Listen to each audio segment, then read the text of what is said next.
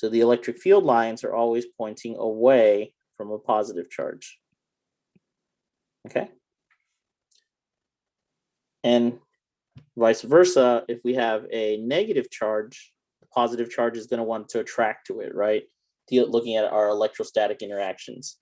So the electric field lines are always going to point towards a negative charge, towards a negative charge.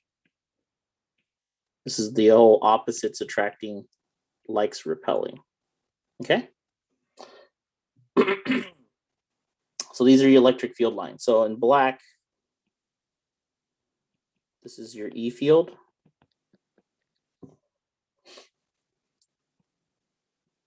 The second type of electric field or electrical interaction that you're going to see on your MCAT is an electric dipole. And you guys see this all the time when we see intermolecular forces, right? So every time we have intermolecular forces happening in your states of matter between your liquid and ions in solution or ions dissolved in solution and your gas phase, there's electric dipole, right? With ions being dissolved in solution. And you see this also when you have electronegativity in a binary compound or any type of molecule with an electronegative atom in it, right? And the electric field lines are always going to point away from the positive and towards the negative, except when you're in a dipole, they have these curved effects or what we call fringe effects. So this is how it looks when it's in a dipole. So it's going away and then towards, okay? So this is the electric field lines for an electric dipole. The third type of electric field interaction that you're going to see, these are your parallel plate interactions. So plates, you have two plates, right? With opposite charges on either end, positive on one end, negative on the other end, right? Electric field lines always go from positive to negative. So they're nice, straight, and uniform here. Do you see? So remember that equation that we talked about, it being used within a uniform electric field? That's here. This is within parallel plates, is when we use F is equal to QE. On the outer edges, it still has those fringe effects or those curved effects that we're talking about. But most of the time, we're going to be inside these parallel plates that we're going to be doing our interactions. So these are the three. Awesome. Real world example. Look at that. This is your extracellular matrix. This is your intracellular matrix.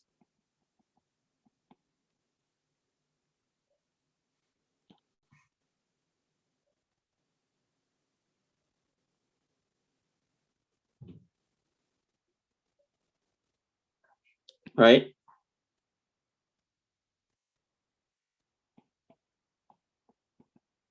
So you think about it, every time you have an action potential, you're gonna see this positive buildup on the extracellular matrix and this negative buildup on your intracellular matrix, right?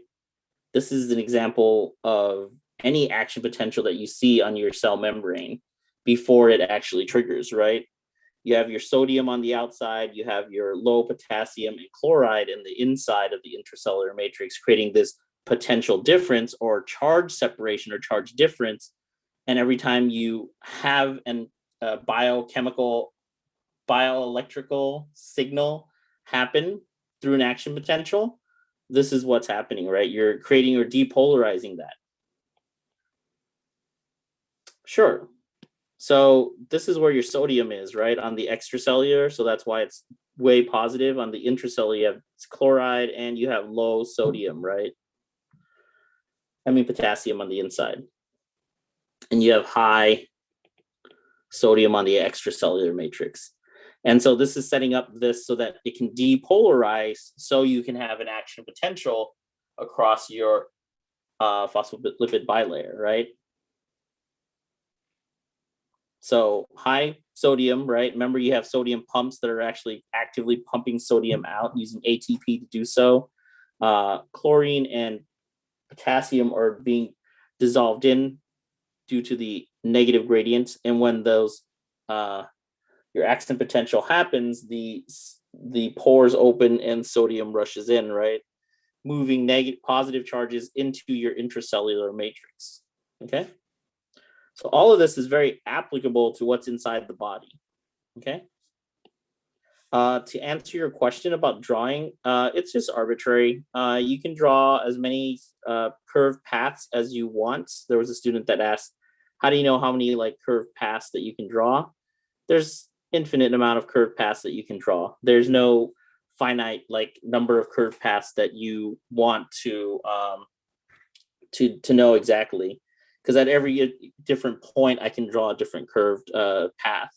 It's just how the positive charge would have interacted with the electric field at that point. That's what it's doing. Okay. Hopefully I answered both of those questions. And the repeat. So does the sodium potassium potential difference make sense? Go back and look at action potentials. You guys covered it. Does the electric field lines make sense? Yes, no, maybe so. Okay, good. Just making sure. I was like, silence is like, that means like, what the hell did you just say? Right? So we got to make sure that everyone's on the same page before we move on. Good. So this is what we call electric field lines. That's in black. What I'm going to draw in blue are called equipotential lines.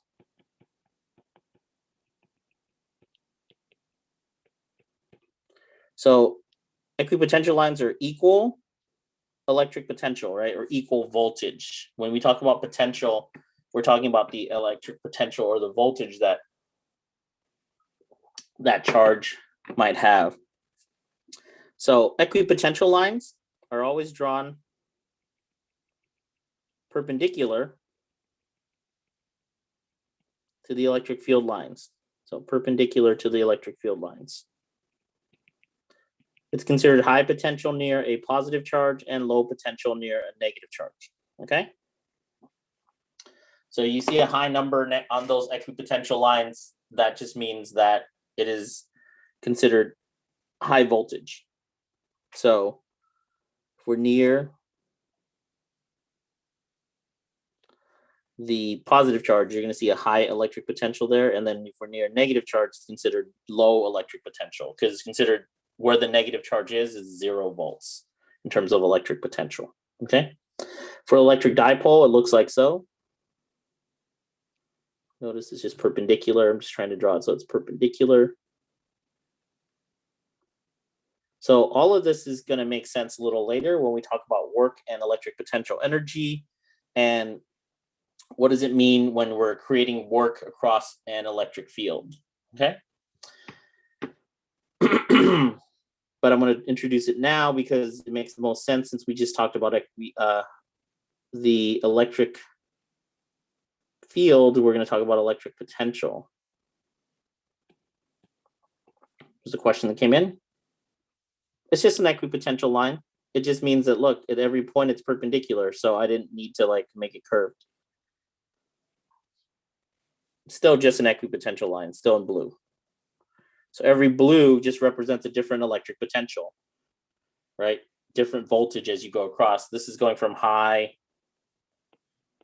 voltage to low voltage on that electric dipole.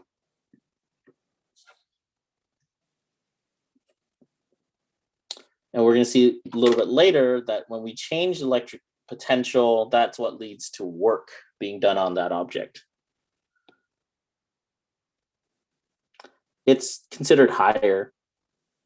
Positive charges are considered high voltage.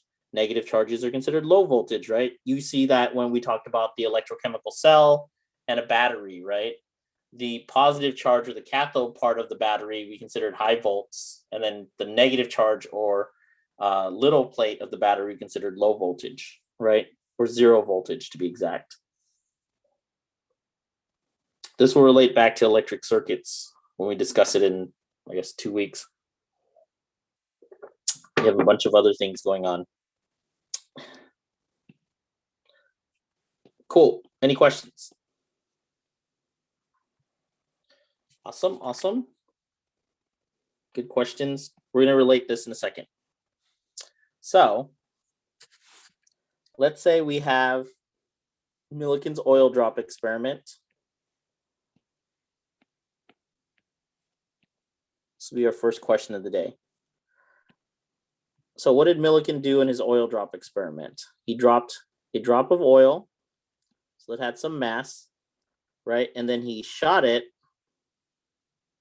with an electron beam, right? He ejected electrons using the photoelectric effect that we talked about, just shining light or energy or UV radiation or X-rays onto a substrate or surface, getting those electrons to eject and getting a negative charge to be enveloped in an oil drop.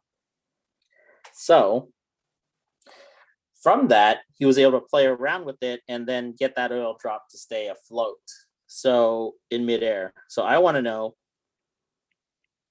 what electric field is necessary to keep the oil drop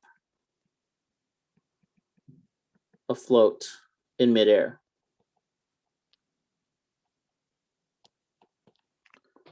Answer choices are as follows. A, the E field is the charge all over the weight. I'm going to keep it an absolute value, and it's pointing up. B, the electric field is simply the charge all over the weight, and it's pointing down. Electric field is simply the weight all over the charge, and it's pointing up. Or electric field is equal to the weight all over the charge, and it's pointing down.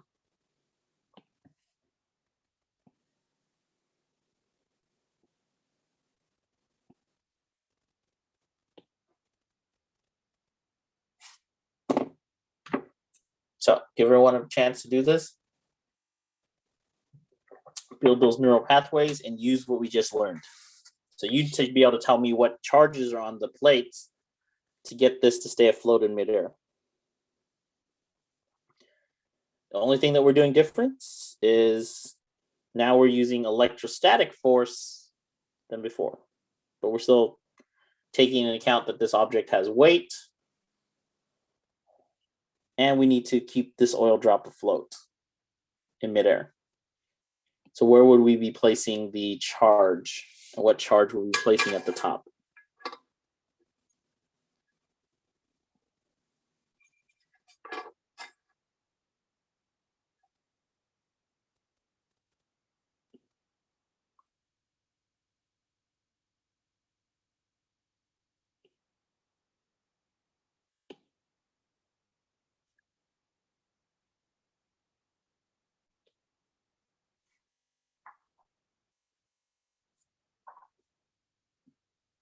Think about how we defined electric field. The lines are drawn in the direction that a positive test charge would feel. Just keep that in mind. Drawn in the lines of force that a positive test charge would feel. Everything in terms of physics is always defined as movement of positive charge carriers, even current when we discuss it in electric circuits in 2 weeks. 2 to 3 weeks. I think like you have 2 classes in between, so maybe 3 weeks. Okay. I think everyone has the right idea. So let's determine what charge on the top plate would keep this negative charge wanting to move up. Positive or negative? Good. Everyone agrees. It's positive. Good. Opposites attract, right? So if the positive plate is on top, that means the negative plate is on the bottom, right? We know that there's a force of the weight of the object, mg.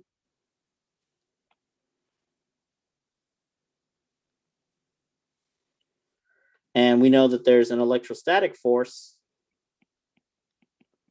of QE pointing up, right? Because we're within a uniform electric field. So what direction is the electric field point, first of all, given that we have a positive charge on the top, negative charge on the bottom? Up or down? Good. Everyone sees it now, right? Down. So that eliminates our two up answer choices, right? Look at that. 50% of the test is 50% of the question is good to go, right? So now we're just doing summation of forces, right? Something we've already done before. So QE minus mg is equal to ma, right? But since it's staying afloat in midair, i.e. it's not moving, there's no acceleration. So we see that QE is equal to mg, so E is simply mg all over Q. And from the answer choices that I was getting in direct messages, I was seeing that as well. Everyone had mg over Q. They were just worried about the direction and not figuring out where that direction was.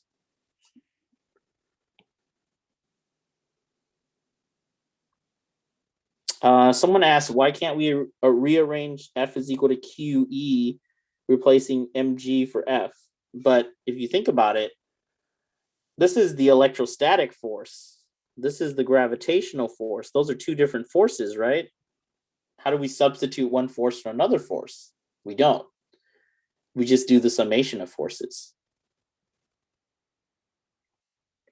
Cool. So the correct answer, D. Oh, so a student's still asking, why is it down again?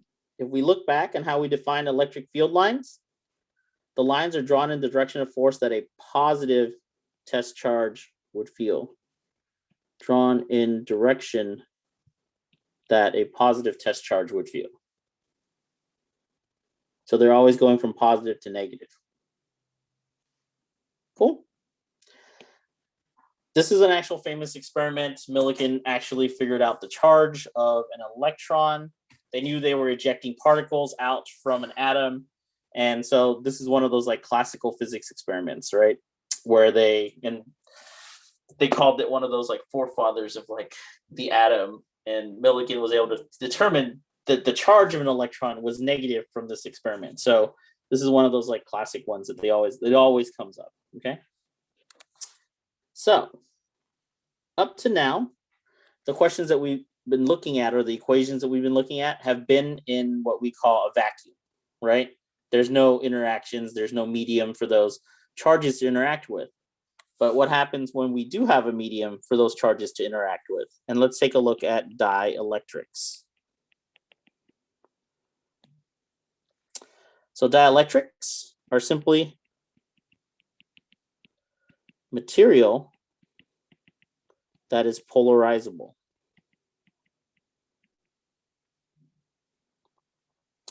So you can either have a natural dipole,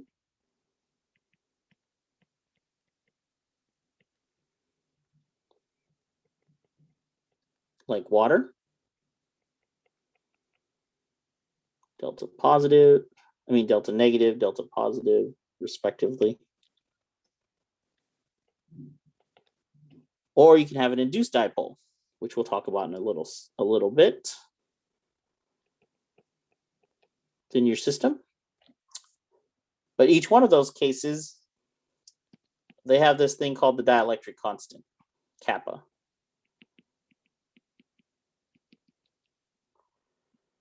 Simply a measure of the polarizability of a material or molecule.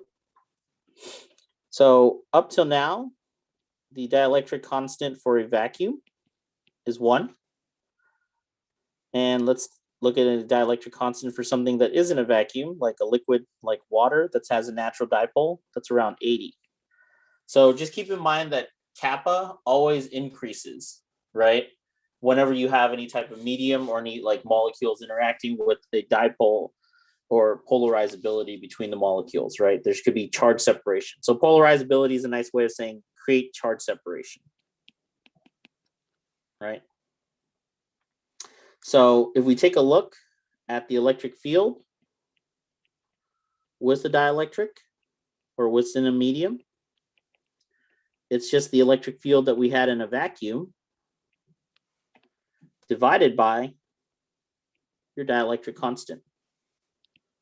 And the electrostatic force within a dielectric or within a medium is simply the electrostatic force divided by that dielectric. So if we look at it, what are we doing to create this reduced electric field, electrostatic force interaction by putting a medium in between? Okay. So if we look, for example, at our parallel plate example, and we had charges, and we place a medium in between a dielectric, what ends up happening, the protons end up migrating. Dielectric just means that it can have charge separation, right? Di means two, so two charges, right? You can have charge separation in between the molecules. And so within that medium, like this box that I put in, the protons will migrate towards the negative plate and the electrons will migrate towards the positive plate, right? Or it looks like that. Because what ends up happening is the electron repulsion will push those electrons away and the electron attraction will pull those electrons towards the positive plate. So if this was your original E field, you create an electric field that opposes it and reduces it in the opposite direction within that new medium or material, that polarizable material, right? So dielectric means it can be charge separated, like so. Does that make sense for the person asking what is a dielectric? What is a dielectric? Cool. Oh, sorry. Does it say MSQ next to the negative charge?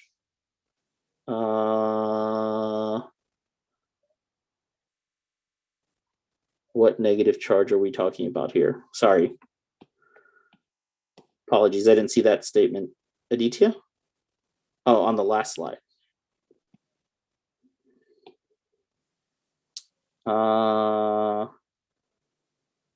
M comma Q.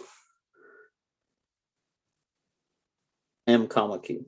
Sorry, there's not an S. It's just a mass and it has a charge. That's all. Cool. Well, glad he asked. So it had a mass and a charge, right? Because an oil drop has itself mass, and when it gets hit to an electron and it emulsifies it or gets it trapped inside, then it also has a negative charge. That's what the Q is. Cool.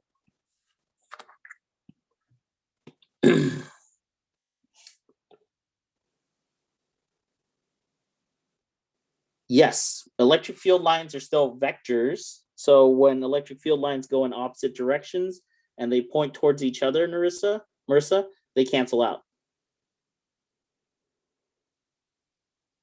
Sure. I was explaining, someone asked it, when I draw a diagram, can I give one sentence preface on how the diagram works? I've been explaining the diagrams. If there's a diagram that you're confused about, let me know. I've explained every diagram that I've drawn. Sorry, someone was asking that. Dielectric equations worth memorizing? No. What you're going to end up doing is you're going to take those electric equations that we have, and we're just going to add in a dielectric to it, right? So if we were looking at that force equation that we had at the beginning, right, what do we do with kappa? It'll be down here, right? And for electric field, it'll just be electric field with the kappa.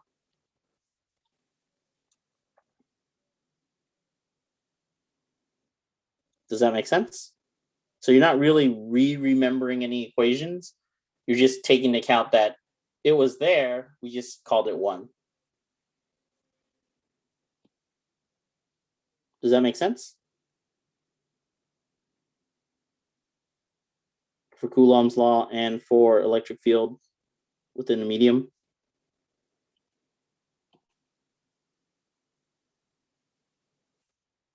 Cool. All right. Let's take a look at an induced dipole.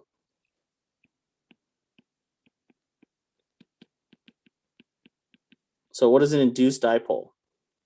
An induced dipole is when we take something that normally isn't polar in nature, right, and put it across an electric field.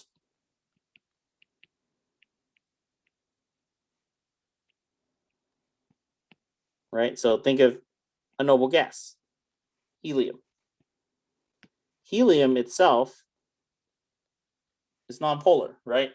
You think of it as not charged. But what happens if you put it between 2 parallel plates, that atom begins to get charge separated. The protons from that atom will move towards the negative plate, and the electrons from that atom will be moving towards the positive plate. They'll then create a dipole within the situation or within that molecule, right, or atom, because we have an electric field being applied in that system. So something as stable as, say, a noble gas can be polarized, right, charge separated, right, to create an electric dipole, right? Does that make sense? And this is the premise of an induced dipole and how it comes about. So you can take something like a noble gas, which when we talk about these parallel plates and having dielectrics in between, next time we see it, we'll call them capacitors when they're connected to an electric circuit. And so with those dielectrics or that we're putting in, or the medium that we're putting in between the plates, those medium tend to be noble gases, because if you break a noble gas, the noble gas is inert. It just leaves the system and it doesn't create any toxicity when you break a capacitor. And you hear capacitors popping all the time in lab because everyone turns their voltage up really high, higher than the voltage that the charge is able to store on that capacitor. Okay? So you have to be careful. All right. With that knowledge, now we need to talk about the types of materials that you can have on your MCAT with regards to charges. So we have conductors and we have insulators. With conductive materials, charges flow easily through the material.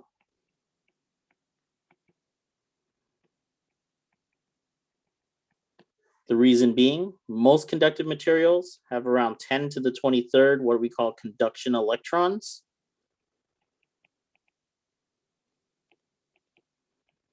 Per cubic centimeter. These are the free-floating electrons in your atom that aren't attached. They can easily be removed and they can move from one to the other, okay? Insulated materials, charges stay put. The reason being, they only have about 1 conduction electron per cubic centimeter, right? So these are the free electrons, but for insulated materials, there are none. Everything is bonded to something else, right? There's no free electrons on the outer valence shell of these atoms for you to move electrons along, right? So great examples of insulated materials, right? Rubber, glass, plastics, right? Great example of conductive materials.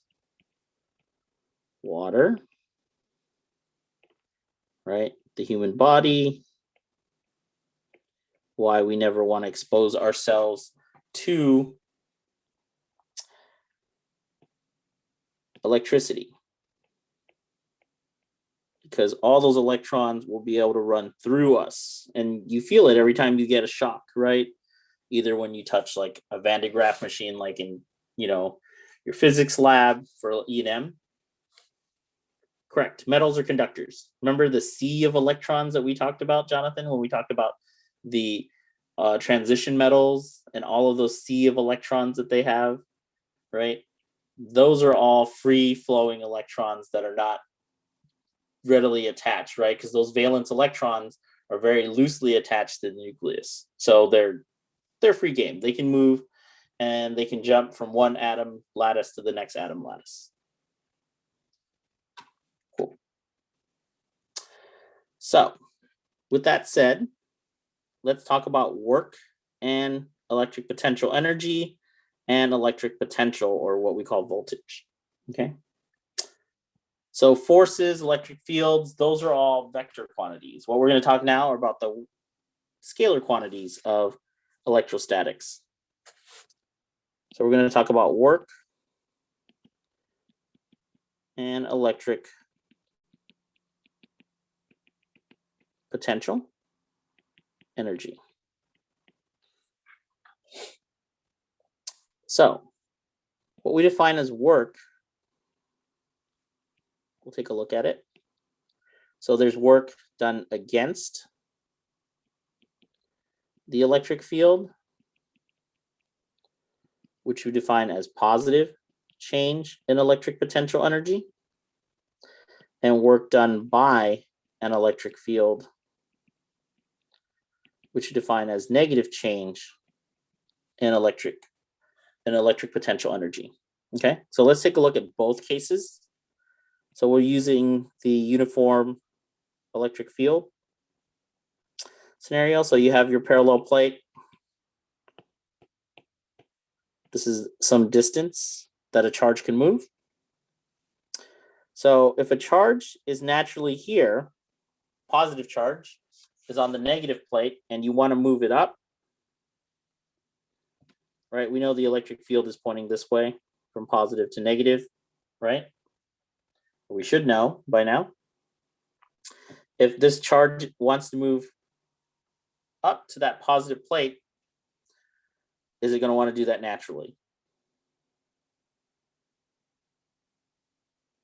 Hell no, we won't go, right? It's in its happy place. This is you on a Saturday morning, not wanting to get out of bed, right? It's super cold outside and it's nice and warm and you have your heater going. Breakfast is coming up because, your significant other or your mom and dad. Yeah, this is not wanting to be dragged out of bed, right? So what do we have to do? We gotta put work in. So then the change in potential energy to get that positive charge is positive change in potential energy, right? We're putting work into the system to get it to change potential energies. Now, the other case is if you're here, you're going to go down, right? This positive charge, is it happy there? Is it happy being next to the positive plate? What did we learn earlier? Opposites, likes repel, right? And opposites attract. So this is super unhappy, right? Because it's right next to the positives, right? So what's it going to want to do? It's going to want to pull towards the negative, right? Exactly.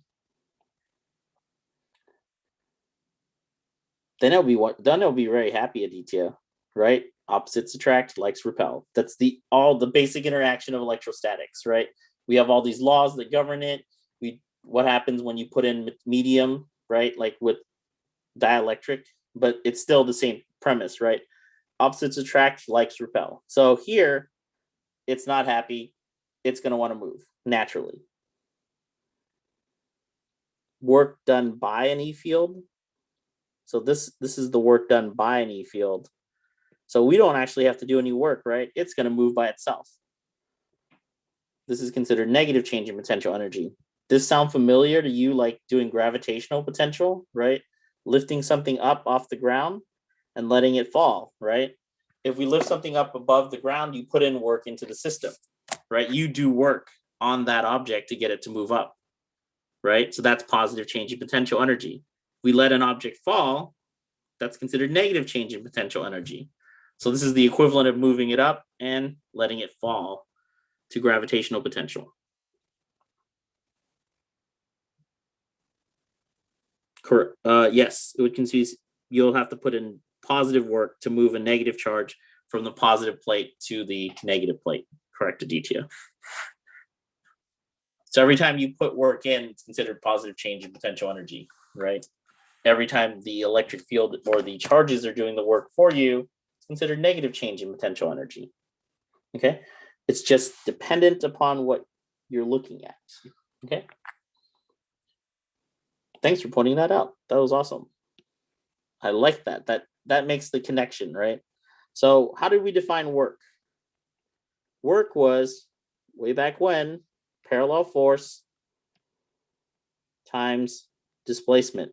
And today, the parallel force was the electrostatic force, right? Or times that displacement was our work, right? Except for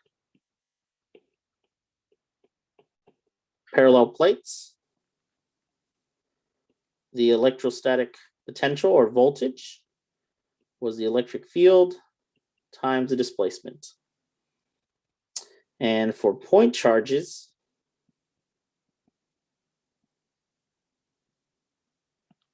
the electric potential or voltage is KQ all over R. So these are two electric potential equations. So, whoa, you're like, Khoi, what is this? What is this electric potential thing that you're bombarding me? Remember that voltage that we talked about way back when we talked about those equipotential lines? This is some potential to do work for a given charge, and we call this a volt. Okay, so it's usually denoted as capital V for short. So when we talk about having a 9-volt battery, a 6-volt battery, a 12-volt battery, right? 12-volt batteries are what you use in your cars. 9-volt batteries are those like rectangular batteries that you have, and your circular batteries, those are all like 1.5 volts, by the way. So every time we have a voltage, it's the potential to move charge per coulomb. How much potential energy do we have to move charge across that gradient, okay? Across those charge separation, across that difference. So what we define as work, yeah, it is, right? So what we defined as work was simply the charge times the change in that electric potential. ED was that electric potential, right? So remember those equipotential lines that I drew earlier going across?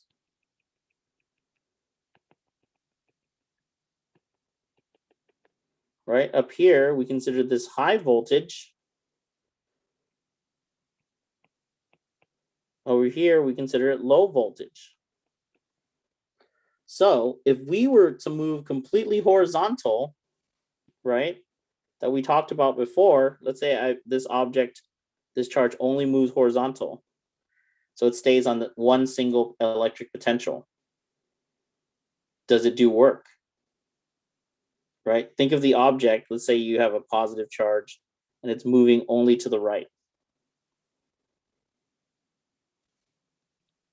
It's only moving in this direction. Correct. No work is being done. Why? Because it's not changing its electric potential. We know that won't be the case, right? Because once it's exposed to the electric field, what's going to happen to it? It's going to want to move down like that, right?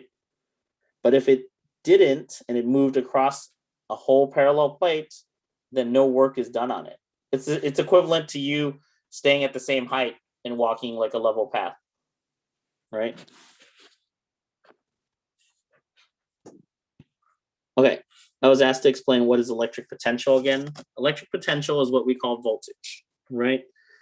So voltage is the ability of that charge to do work for every 1 unit coulomb you have. So when you have high potential, you have a higher ability to do work. But when you have low potential, what do we can say? That charge is not likely to move, right? So think of this as you, right? On a Saturday, having to get up for MCAT class, right? You have very low potential, not going to move, right? The only way that you move is what? You have to do work. You have to put energy in, right? To get yourself from that resting state, right? So what we consider potential is the ability to do work, right? Up here, we have high potential, right? Or high voltage. So it's the maximum ability to do work, right? So it's naturally going to want to fall down. This is higher energy, so to speak. Does that make sense? For that given charge.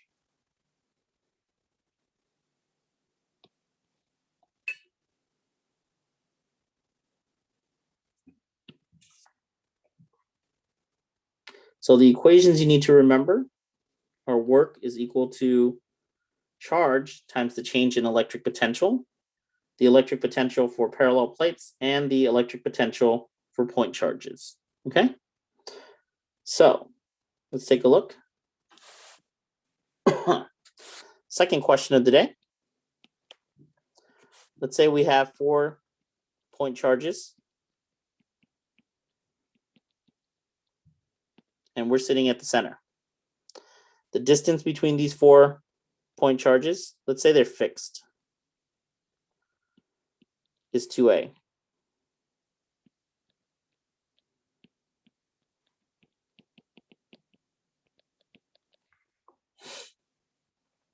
I want to know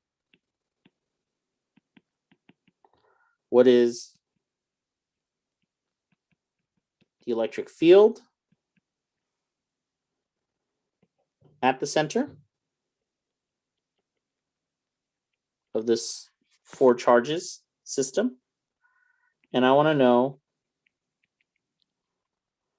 what is the electric potential. Good Lord.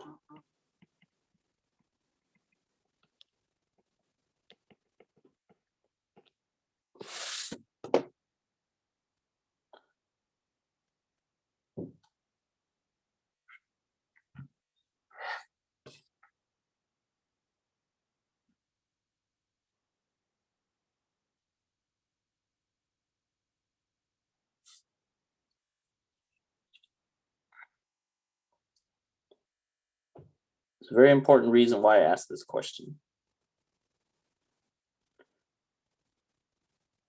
Will become evident when you actually do the question.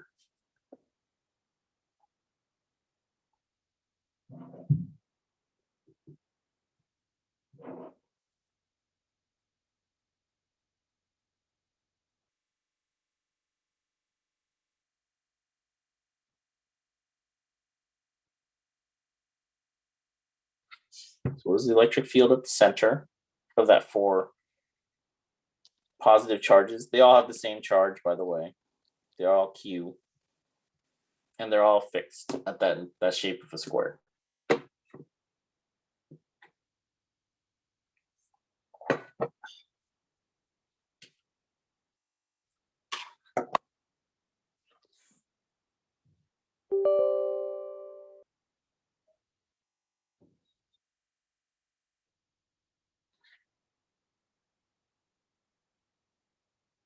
Center.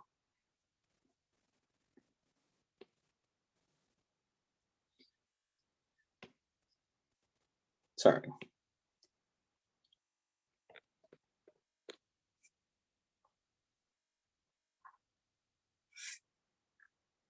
Electric potential is another word for voltage, by the way.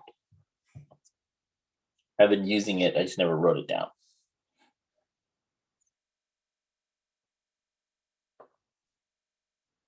All those charges are fixed. They have the same charge and they're all fixed. That square shape. And you're standing at the center. What is the electric field that you would feel? What is the electric potential that you would feel?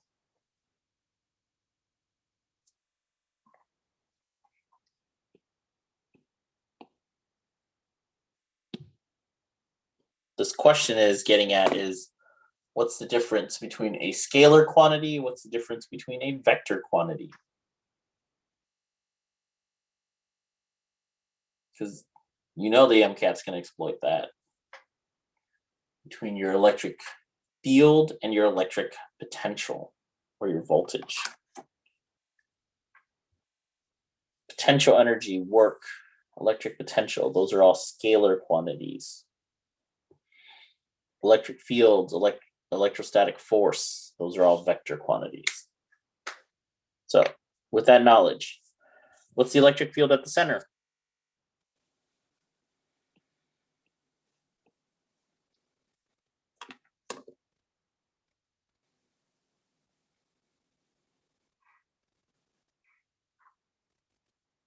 It's going back to what Marissa said earlier, right? These all have an electric field, and we know they all point away from a positive charge. And we know that electric field, if we're using Coulomb's law, is K Q over R squared, right? So they all have the same Q. K is a constant, and R is the same for all of them, right? This is the same distance because they're in the shape of a square. So since they're all pointing in opposite directions, they're going to cancel out, and the electric field at the center is 0 newtons per coulomb. What's the electric potential?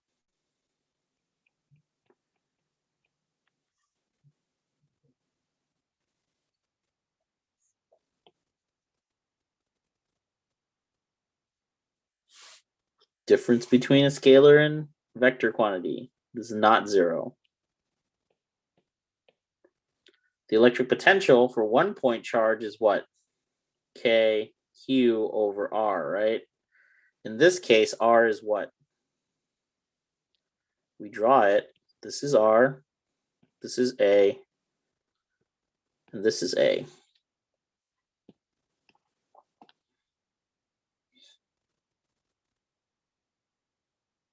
Correct. So using Pythagorean theorem, right, we can say that A squared plus A squared is equal to R squared. So R is equal to the square root of 2A squared, or A root 2, right? Does that make sense?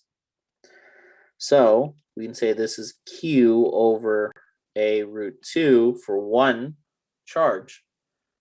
But there are how many charges? 4 of them. Okay. So that's why we're making that jump. So the electric potential that you would feel is KQ over A root 2 for 1. And since there's 4 of them, you just add them up 4 times. So it's 4KQ over A root 2.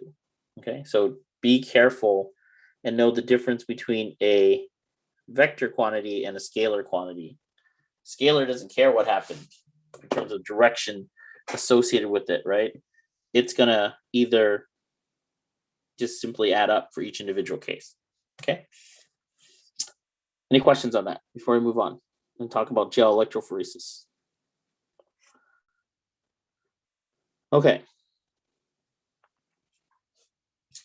So, gel electrophoresis.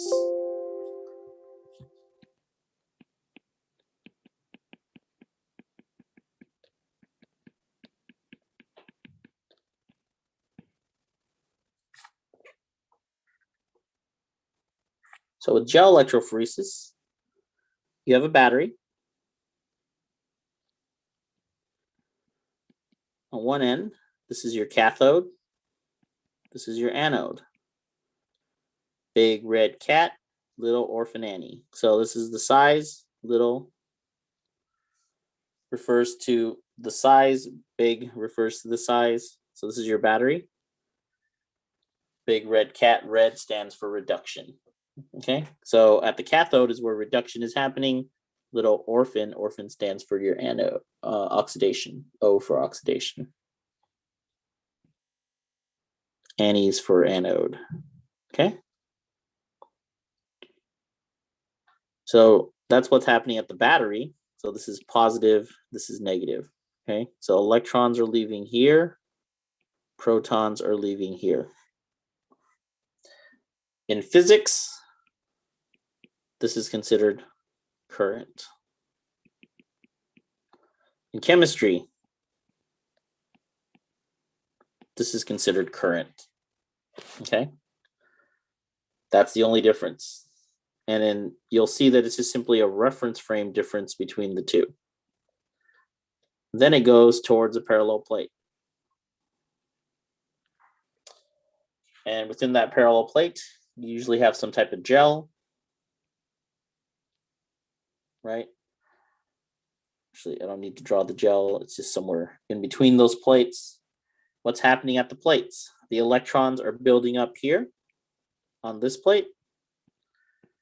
So here we have reduction, right? So this is the cathode plate. This is where reduction is occurring. Over here, the electrons are leaving to go this way, and this is positive. This is the anode plate. Here, oxidation is occurring. Or you can think of it from the physics perspective. Protons are getting put on, we know that's not the case, right? Protons are getting put on this place. That repulsion pushes protons to go all the way around to the negative plate here, leaving electrons on that negative plate. So I want to know, where am I placing my DNA wells? To the left side or to the right side? We've all done this wrong in lab, if you're not careful, or someone in your lab has done it. If you don't want to admit to being it, it's okay. I'm guilty. I've done it. I was just rushing through. Yeah. Yes, you want them to load them at the cathode, right? Because you want them to move down the gel.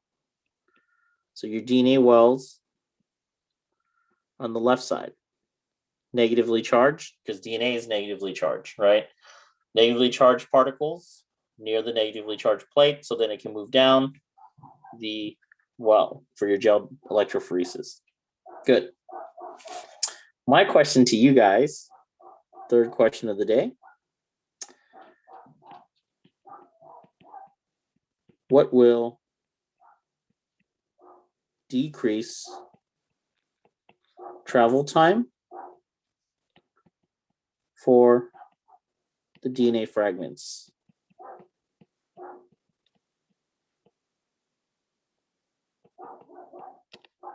Answer choices are as follows. You can increase the voltage. 2, you can decrease the electric field between the plates. 3, we can decrease the gel dielectric constant.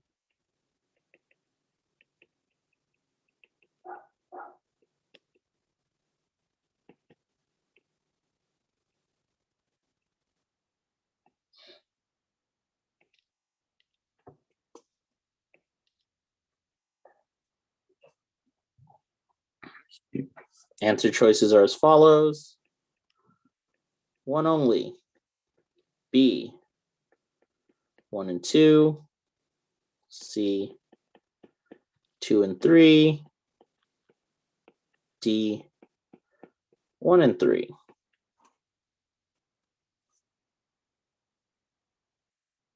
What will decrease travel time for the DNA fragments? Another way I can phrase it is, what will give me horrible separation? What will get me out of lab faster? What will get me to lunch or dinner faster, depending on when you had your OChem lab, right? Or biochem lab.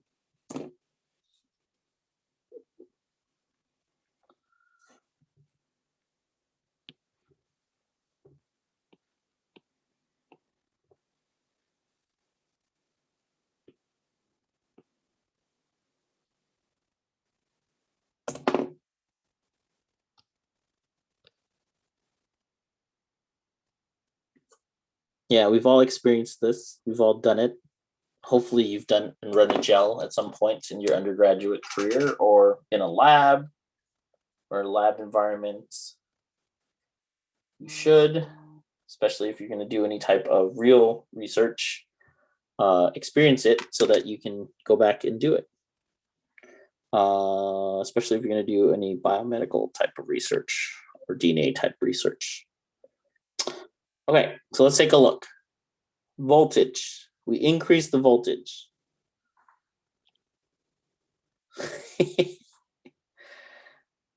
PCR, right? Totally. That's what I did. Crank up the voltage, get out of lab faster, right? Except your picture at the end looks horrendous. Right? It's just like one giant smudge.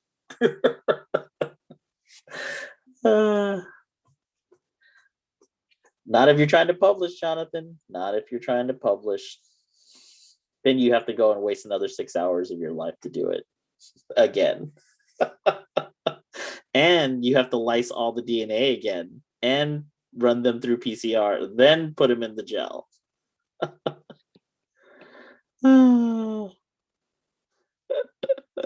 According to literature. Not if you're trying to create something new. So if we increase the voltage, what's happening? It means that we're adding more charges on either side of the plate, right? And in doing so, you increase your electric field strength. Okay? If we increase our electric field strength, what does that mean? We're increasing our force, net effectively increasing our acceleration in our system. Right? F is equal to QE. Increasing the electric field increases the electrostatic force, increases the net acceleration on your charges. Right? So yes, that will definitely make you go faster. Check. Decreasing the electric field. This does the opposite, right? It's sorry.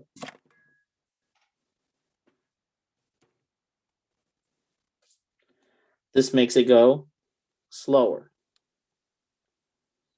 right? Decreasing the electric field decreases the electrostatic force, decelerates it, right? So anything with a 2 in it is gone. Bye-bye, bye-bye. Right? Now we have to check for 3. Decreasing gel dielectric constant.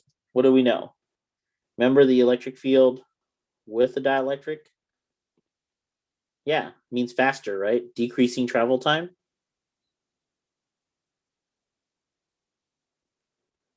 Yes, MCAT wording. Gotcha. So the electric field with dielectric is simply the electric field in a vacuum divided by that dielectric constant, right? So if we're decreasing the gel dielectric constant, what happens to the electric field? Gets increased. So you're dividing by a smaller number, gets it increase. Net same effect occurs, and we get a faster moving gel or particle. So answer choice D, very good. These principles, the reason I'm going over these types of questions with these big principles, these are big principles that you guys do in lab all the time. And this is the type of practical application that you're going to see when you're doing your MCAT, right? In your system. All right. Any questions on that? So now we're going to talk about electromagnetism.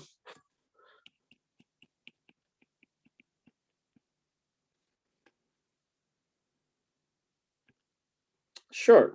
Let's go back to the physics chem that Elap was asking. Sure. This is current in physics, direction of current in physics, and this is the direction of current in chemistry. So chemists, so basically way back when, before they knew what was part of an atom, they looked at it and they were trying to determine what was the charges of the subatomic particles that were being ejected from an atom. Physicists chose positive charges, chemists chose negative charges. Turns out chemists were right, physicists were wrong. But they never bothered changing their notation because it was just a reference frame difference. Saying that positive charges move one way is the same as saying that negative charge moved another way, right?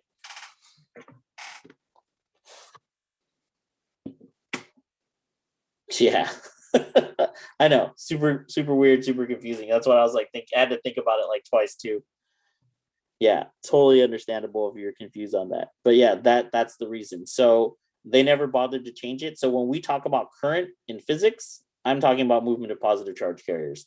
When we talk about current in chemistry, we're talking about movement of negative charge carriers. And depending on who writes your passages, that makes it a little confusing, you know? But other than that, they'll tell you like what direction current is, and then you'll know who wrote it. It's the physics person, engineering person, or a chemist. Okay. Not really. It's just a potential difference. I mean, just like a reference frame difference and like movement of charges. But they'll tell you what the movement of charges is, if it's going to be positive or negative for your charge carriers. And then you can just reference frame change it really quick.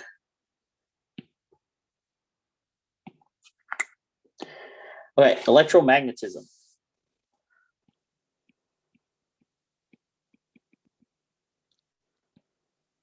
So there are two sources for electric fields, or magnetic fields, sorry. So magnetic fields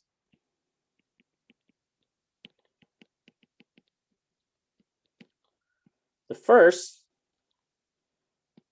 is pre-existing iron ferrite that was formed from the Big Bang. We call them magnets.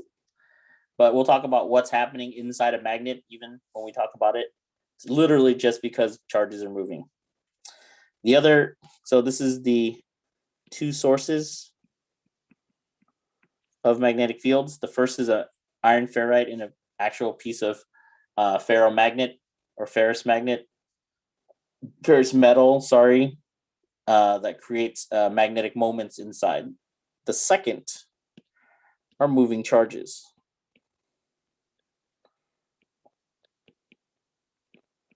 So what you're going to notice, every time you have a moving charge, it's going to generate a magnetic field. Okay? And we'll talk about how it does that.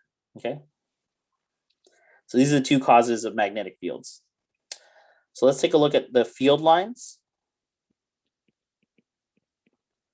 Keep in mind that magnetic field lines or magnetic poles only occur in a dipole.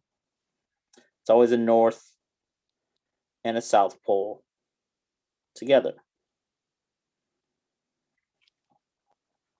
So on the outside, it's always going from north to south.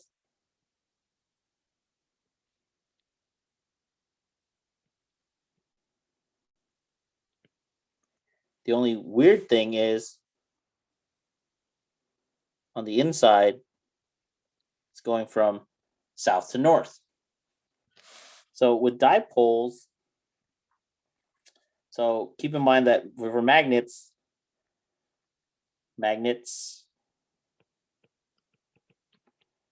only occur in a dipole. There's no such thing as a magnetic monopole. There's no positive charge by itself or negative charge or north pole by itself or south pole by itself. There's no such thing. And they've done research and try to find it using string theory and whatnot, but they still haven't been successful. Okay. So let's take a look at why we have a magnetic moment going from south to north on the inside. So if we look at the bar magnet, this is a ferrous metal. If we look at inside, every atom has associated with it a magnetic moment, and they're all turning or pointing the same way. When you were a kid, right, this is your magnetic south, this is your magnetic north, south, north, so on and so forth, right? When you were a kid and you took a magnet and you broke it, what'd you get? Two magnets, right? So imagine if you took a magnet and you broke it, this becomes its new magnetic south. This is still its magnetic north. This is its new magnetic north. This is its magnetic south. So you still are able to get those magnets to stick back together, right? Because every magnetic moment or every atom in that ferrous metal is pointing in the same direction. And where is this magnetic moment coming from? It's coming from about the orbits of the electrons around the nucleus. So here's your nucleus, something positively charged. And if this is the orbit of the electron around it, right? From right-hand rule, which we're going to go over in a little bit, you're going to see that the magnetic field that it generates looks something like so. Okay. And then as it comes around this way, it's going like this. Okay. So on the inside, this is its magnetic north. This is its magnetic south within that individual atom as the electron orbits around it. So with the Big Bang, in a normal piece of material or substrate, right? Substrate's a nice way of saying any type of material. In a normal material, all the magnetic moments or magnetic domains point in every which way. Because of the Big Bang, this ferrous metal, like this iron, all got aligned, all the magnetic moments got aligned pointing in one direction because of the Big Bang. So this is how these metals or these magnets formed. But if we don't have it, we can do it using moving charges, okay? We can generate a magnetic field using moving charges. In fact, that's what they use to make those large colliders to accelerate subatomic particles, which are charged, to collide with each other to form more subatomic particles, right? And so that gets into a whole different field of quantum physics that we don't want to get into for the MCAT because you don't need to know it for medical science. But if you're interested, you get a lot of cool particles, tops, bottoms, strains, charms, muons, bosons, gluons. But yeah, that's where it all comes from. Okay. So getting back to what we need to know for your MCAT. Okay. But yes, moving charges generate a magnetic field. So both of these are your magnetic fields. Okay. The units for magnetic field is a Newton second per Coulomb meter, otherwise known as a Tesla, denoted as capital T for short. Okay, this is the SI unit for magnetic field. So let's talk about magnetic force.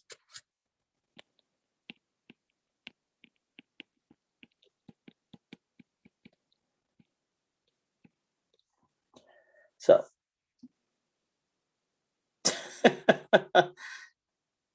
someone just said they wanted a Tesla instead of the MCAT. Well, if you become a doctor, you can easily afford a Tesla.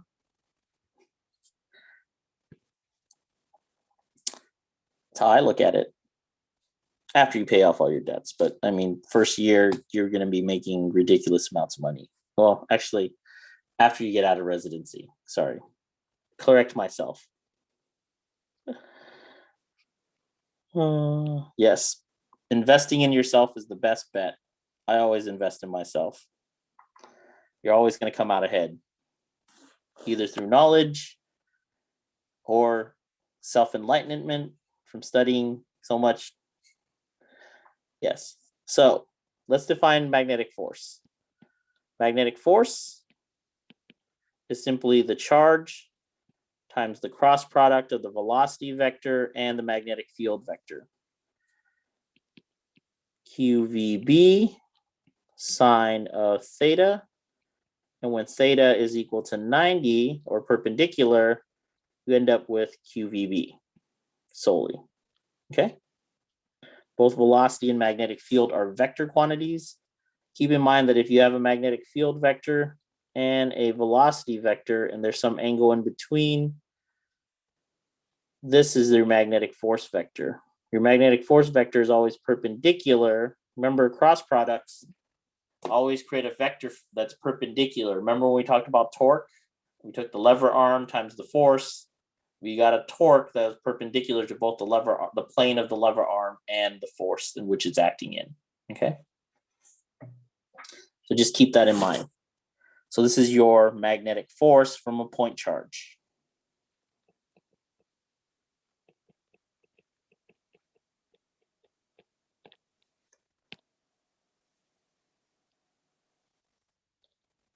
Yet another equation that we need to remember.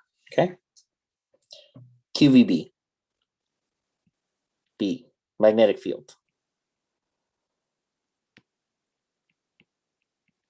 Just said it. Someone asked it, what does the B stand for? Yes, B is your magnetic field, V is your velocity vector, and Q is your charge. Okay, still same units of newtons. So this is where we practice our right-hand rule. Okay,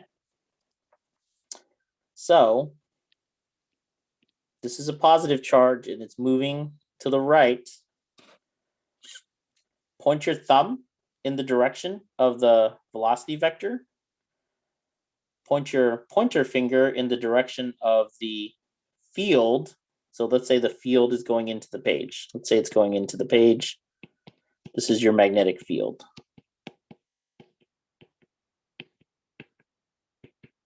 Remember, using right hand here. So thumb points in the direction of the velocity of the movement of a positive charge carrier, in this case, V. B is pointing into the page, and F is where your force is. Keep in mind that these fingers are all perpendicular from each other, okay? So if we're looking at right-hand rule, so if you have your cameras on, you can see me, right? They're all perpendicular to each other. V, B, F. Okay, so F is your middle finger, B is your pointer finger, and V is your thumb. So this is a very bad finger. Not gonna forget that, huh? It's a mnemonic most kids always remember. Everyone's always like, yes, let's talk about our very bad fingers. V is your velocity of the positive charge carrier. B is your magnetic field direction, and F is your magnetic force. Another way to make this sign, think of it as like loser in 3D. Loser, loser, loser, right? Everywhere you look at it, it's an L. So very bad finger, right? And then so this determines our velocity, magnetic field, and force. And then these are directionalities. So given that velocity is going to the right, magnetic field is going into the page, where's our force pointing? Using your right-hand rule. Very good. Up. Excellent.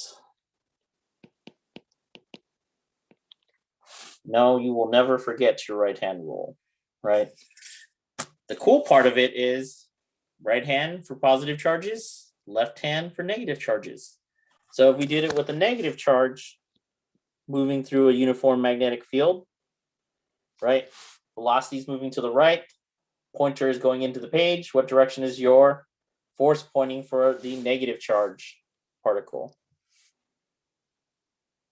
Down. Very good.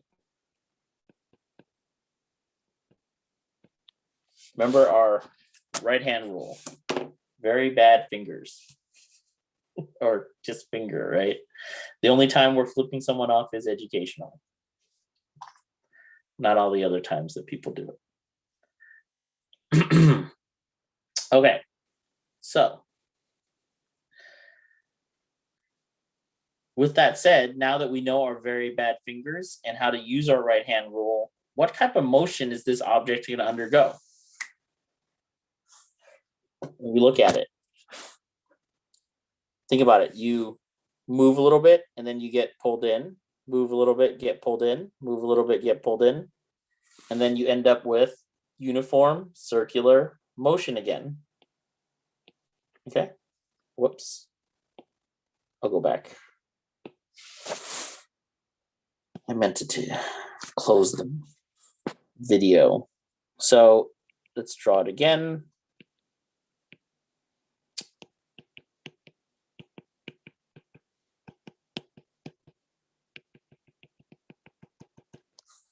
So we generate a uniform circular motion due to that magnetic force in our system. And that magnetic force was QVB. It's equal to mass times a centripetal, or mv squared all over r. Okay? So we want to find that radius. R is equal to, we can cancel out one of the v's, mv all over qb in your system. So uniform circular motion comes into play when we have a charged particle moving perpendicular to a magnetic field. Okay? Most of the time for the MCAT, all your movement is perpendicular. Any questions on that?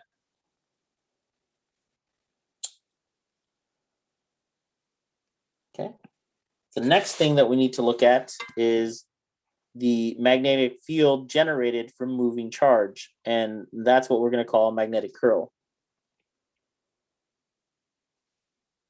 You get uniform circular motion whenever you have a positive charge moving perpendicular to a magnetic field.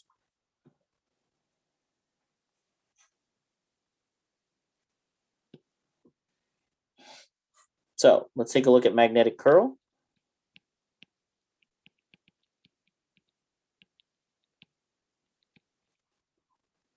No problem. So this is moving charges generating a magnetic field.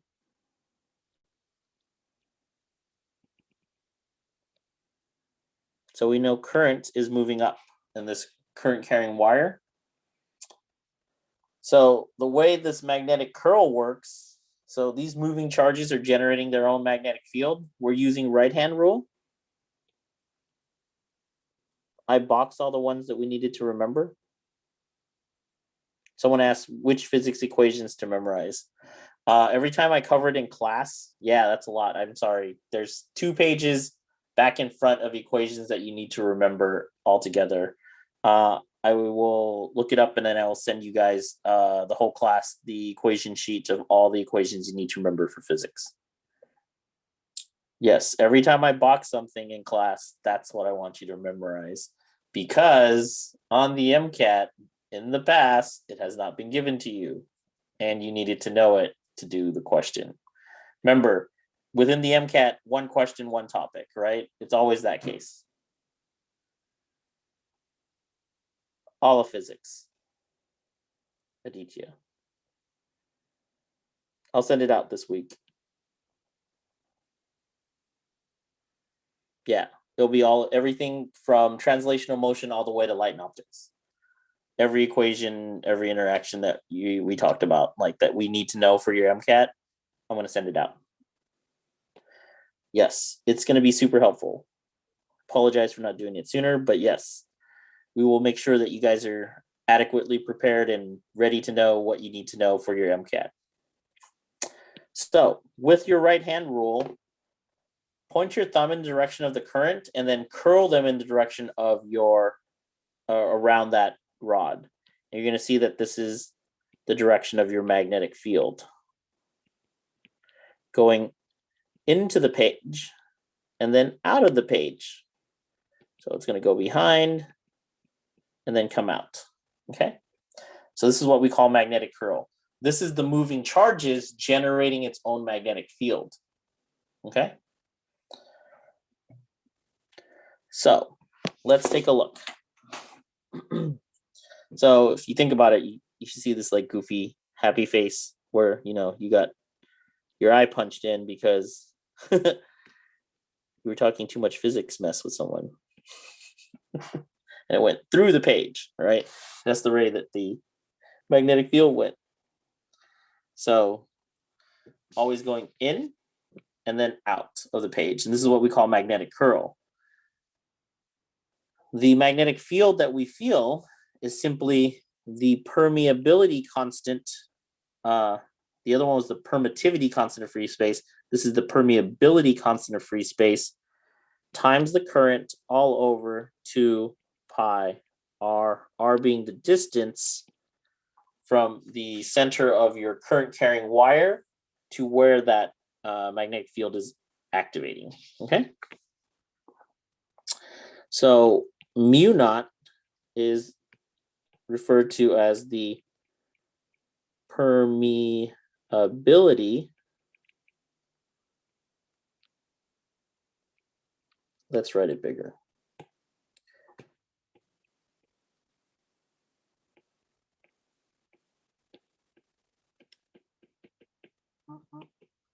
Constant of free space. So it's mu sub O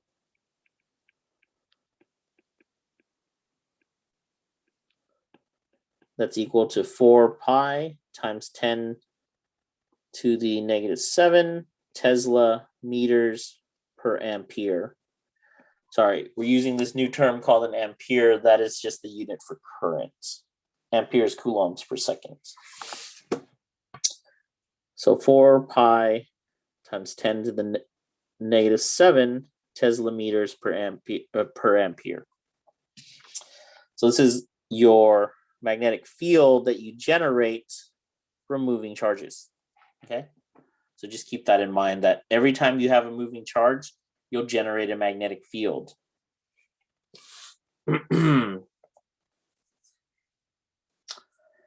Now, if your current carrying wire, let's say we have another current carrying wire besides the one next to it, interacts with this current carrying wire, it's going to feel a magnetic force.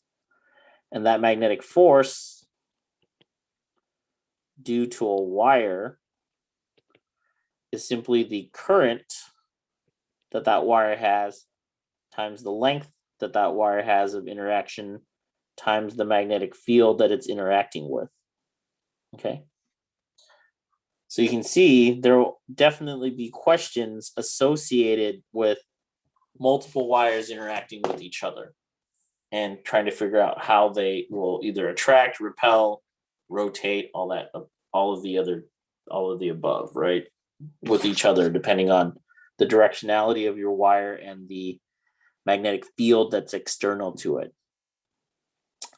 So if an American person does write your tests, they'll write it in the units of Gauss. Okay, the equation that I wrote, for which one? The magnetic field or for the force? Force. The magnetic force on a wire is simply the current of the wire times the length of the wire times the magnetic field, the external magnetic field, not from itself.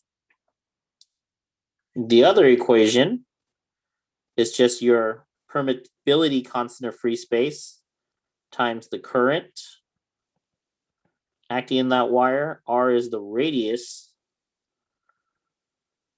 from center of the wire.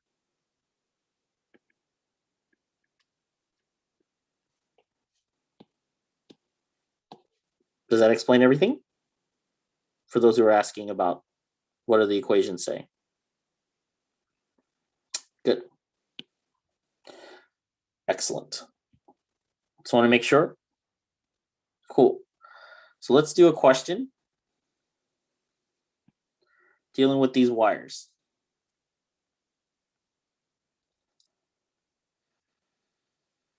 Okay. Fourth question of the day. If two parallel wires carry current in the same direction,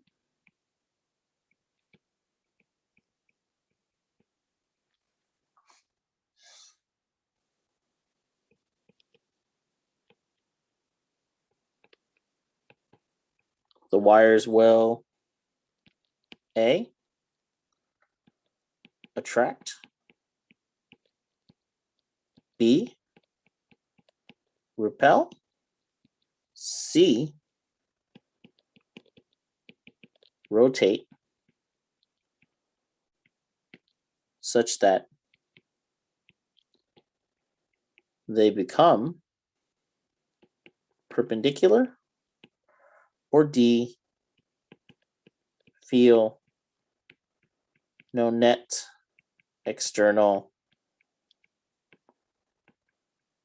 force. So we have two wires that are parallel to each other. They carry current in the same direction. So let's draw the two wires.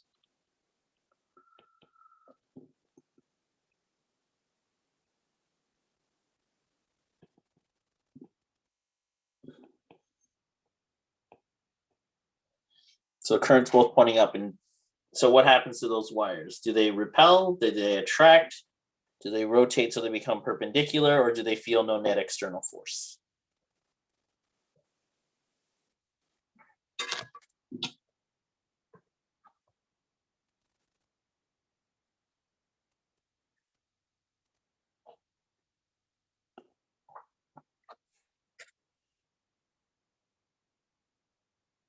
No, nothing is holding them in place. Someone asked if it was being held in place. Nothing is holding these wires in place. They're just two wires next to each other.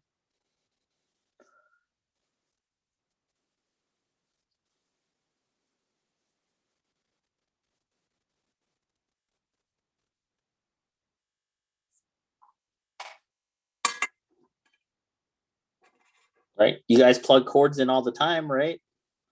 What happens? And why is it different when they have multiple wires next to each other? Or why is it the same? Put it out there.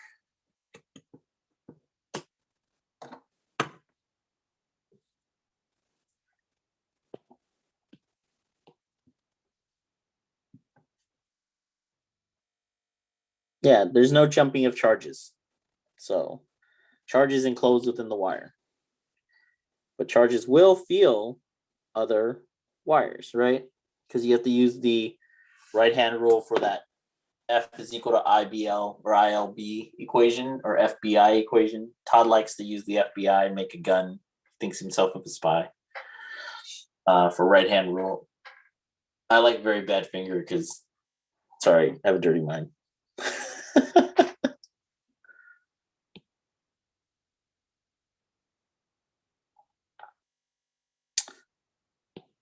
Okay. Everyone's chimed in. Let's take a look. So we know if we take an electrical wire and you plug it in, right? Does that wire move? Does it flop around when you're charging your phone, your device? No, right? The reason being, right? Because we know that this is going to go into the page, this is going to come out of the page, right? It's going to generate a magnetic field that's continuous going up and down into the page on this.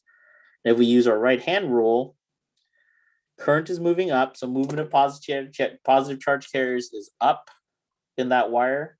On the right-hand side, magnetic field is going into the page. It's going to feel a force going to the left, and then for the magnetic field going out of the page, that's going to generate a force that's moving to the right, and they'll cancel each other out, right? These will be equal and opposite. That's why when you plug in a wire and you have current running through it, it doesn't like flop around like a snake, right? Seems really silly, right, at that concept. Why would wires move if we have current running through them? Because they don't normally move ever, right? Now, what happens, right? Correct. Depends on if the current, right? If current's going up, it's going into the page going on the right and out of the page on the left. But if it's going down, right, it's going to do the opposite. It's going to go into the page on the left and out of the page on the right. Right? Just using right-hand rule. Does that make sense? Okay, so with that said, this current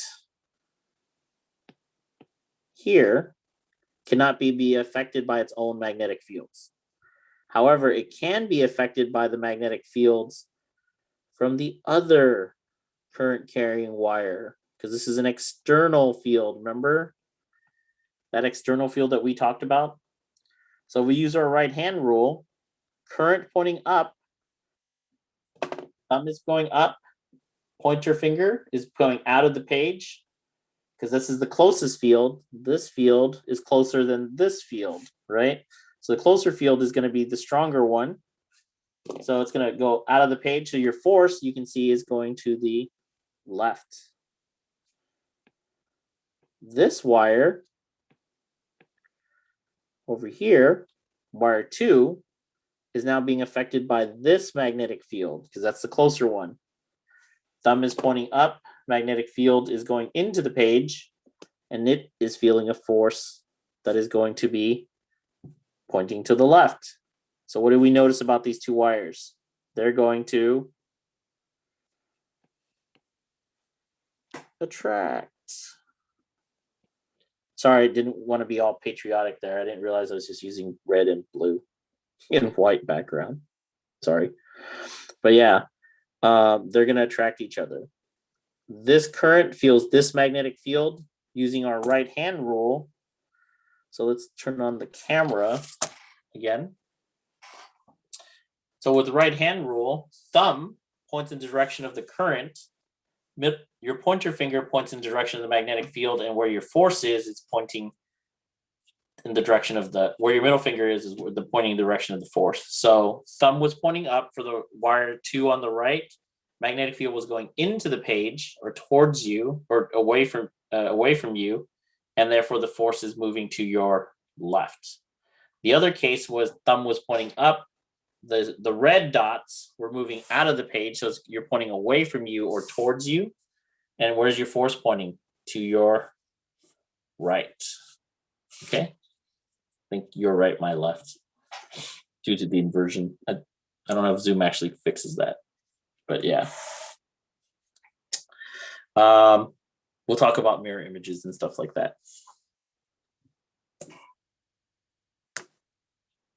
Because of the external field, it feels each other's external field. It can't feel its own because it'll just cancel out.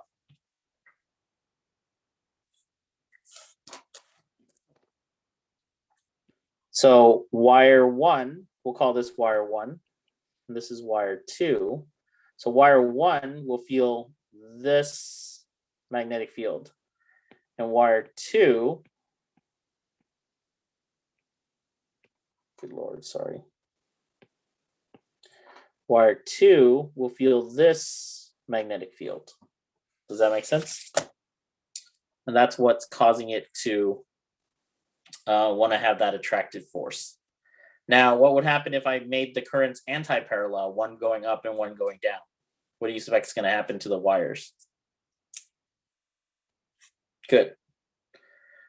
So this was literally on the MCAT, like not less than 2 years ago. One of my students came back and was like, thanks for teaching us this wire stuff, because literally they had 4 wires. They were asking how they interacted based on the direction of the currents in the wire. And they were like, yeah, 2 of them were up, 2 of them were down. And he was like, yep, the ones that were pointing up, they would attract, and then they would repel from the ones that were pointing down, while the other 2 pointing down would attract with each other.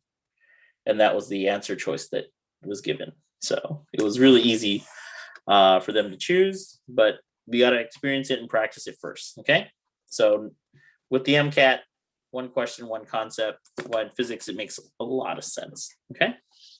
Any questions so far? Okay. So you guys requested it. Let's do a passage dealing with electrostatics, electromagnetism, all together. Oh, it does. The MCAT gives you a score report with the questions and the types that you get wrong or right, right? That's what AMC has been doing that for years now, and they've been doing really well. And they quantify the type of questions that you get, whether it's biochem, physics, G-chem, or physical chem. They call it P-chem or physical chem, not general chem.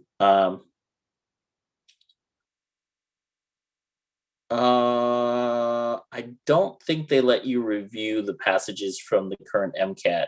What I think they do is they'll take parts of the MCATs that have been tested and they'll write a test questions on them and sell them to you like after a year or two.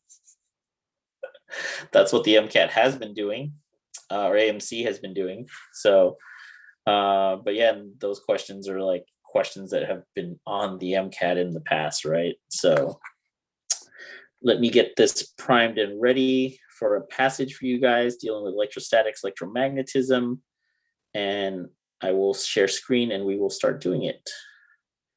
I'll time you guys.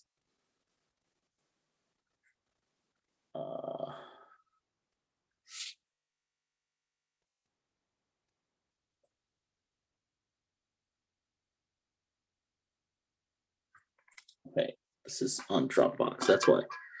Let me get it open in Notability real quick. My bad. Electrostatics, electromagnetism, boom. Here it is.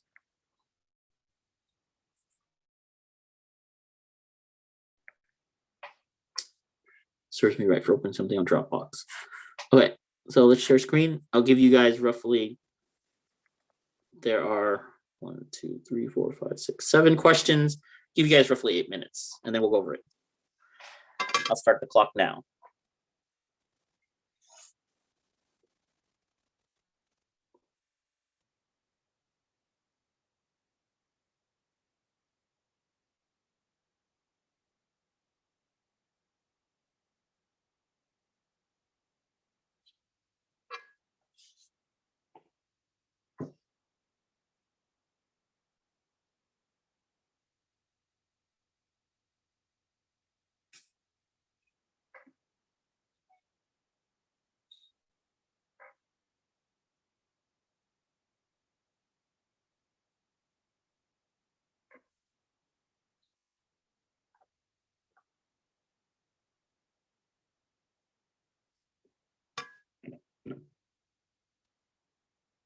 Sorry if there are questions. I will not move from this page for the 8-minute timetable. We'll answer any and all questions after.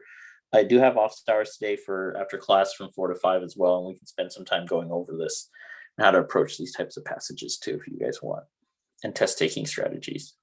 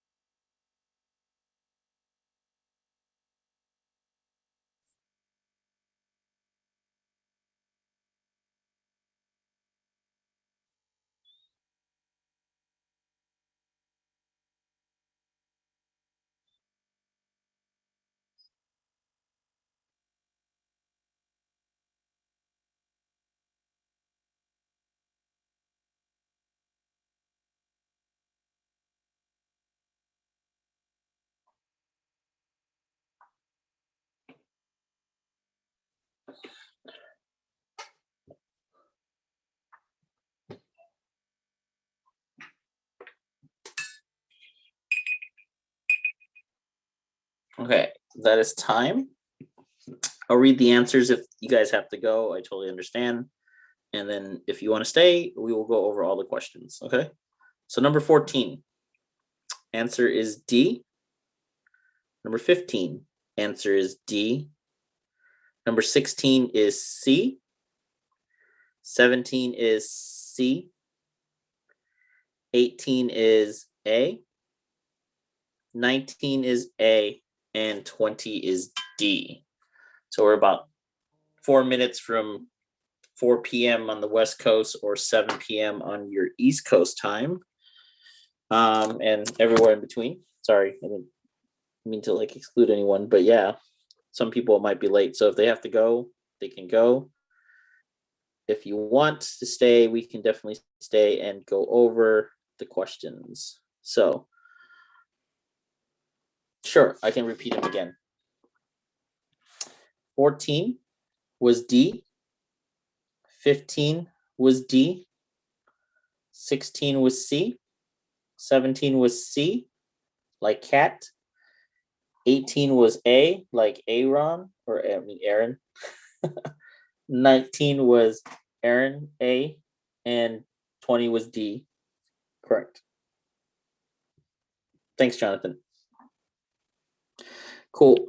So if you have to go, totally understand. If you want to stay, definitely go over it.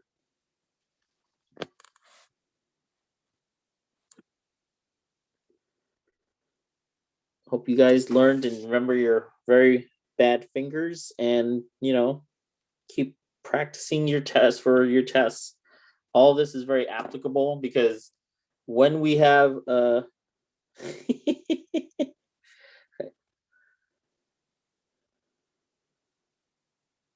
this is one of the questions I have from like, I don't know, teaching for 20 years. So passages that I've had. But yeah, we can definitely go over it.